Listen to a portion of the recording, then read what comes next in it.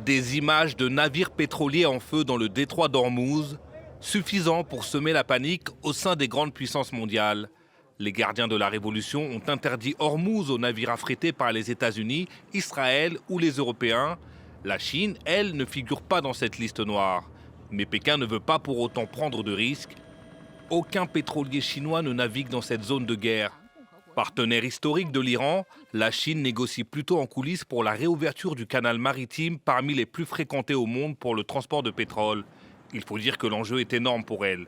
Près de 40% de ses approvisionnements en pétrole transitent par le détroit d'Ormuz. Le détroit d'Ormuz constitue une route commerciale internationale cruciale. Le maintien de la sécurité et de la stabilité dans cette région sert les intérêts communs de la communauté internationale. La Chine exhorte toutes les parties concernées à cesser immédiatement les opérations militaires.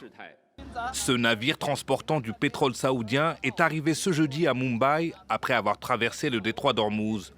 Environ 55% du pétrole importé par l'Inde vient du Moyen-Orient. C'est le premier pétrolier provenant du Golfe à atteindre l'Inde depuis le début de la guerre. Selon Reuters, c'est grâce à un accord conclu avec l'Iran que ce navire a pu arriver jusqu'au port de la capitale économique du pays.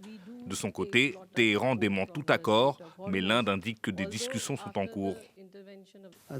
Les ministres des Affaires étrangères indiens et iraniens ont eu 3 conversations ces derniers jours. La dernière portait sur des questions relatives à la sécurité maritime et à la sécurité énergétique de l'Inde. Mais l'Inde ne sort pas indemne de la crise. Selon le ministère indien des Transports maritimes, 3 marins indiens ont été tués et 4 autres blessés dans des incidents maritimes depuis le début de la guerre en Iran. Face à ce risque sécuritaire, le géant asiatique commence à se tourner vers le pétrole russe.